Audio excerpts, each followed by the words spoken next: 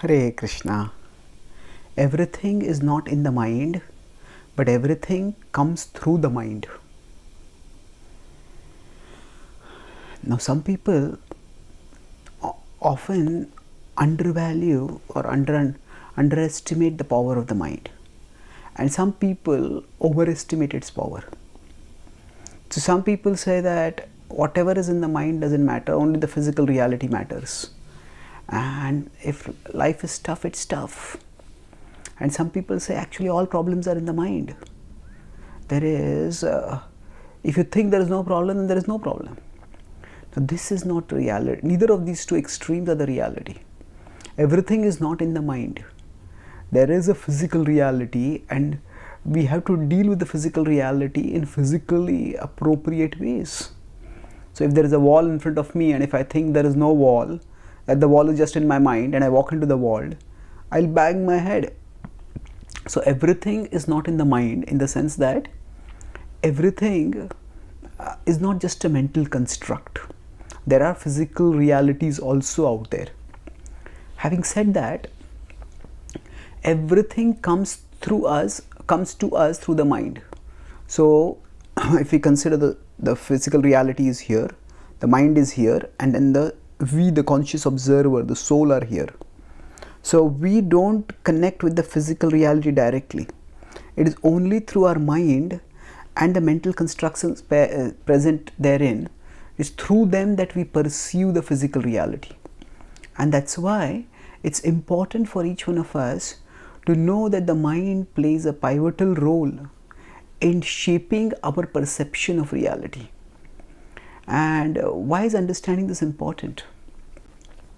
Because whenever we consider that, suppose the mind is troubling, suppose we are feeling troubled by some situation, now we are experiencing that situation through our mind.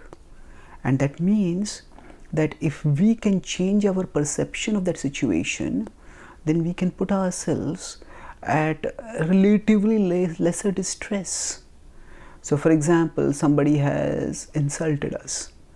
Now, if we have a vengeful program in the mind, then we will be burning with revenge fantasies for a long time.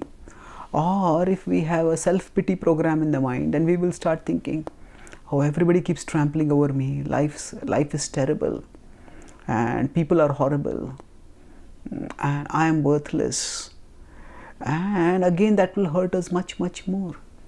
So if we understand that everything comes to us through the mind, then we can observe our mind and understand how our mind tends to filter and distort the way we perceive things. And then we can correct those perceptions as is appropriate.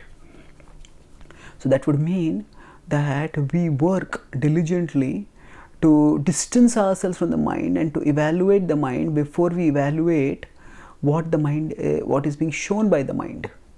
So Krishna recommends this in 6.5 in the Bhagavad Gita, when he states, Uddhared atmanatmanam natmanam avisadayet atmaivaya atmano bandhur atmaiva ripuratmanaha. So he says, Uddhared atmanatmanam. He says, elevate yourself with your mind. One atma means here, of course, the soul. Other atma can be referred to the mind. So elevate yourself with your mind. That means look at your mind in a way that helps you to act constructively. Natmanam avisadayet. Don't act in a way that is destructive. Atmaivaya atmano bandhur atmaiva ripuratmanaha. That your mind can be your friend and it can be your enemy also. So knowing these, act carefully, act responsibly.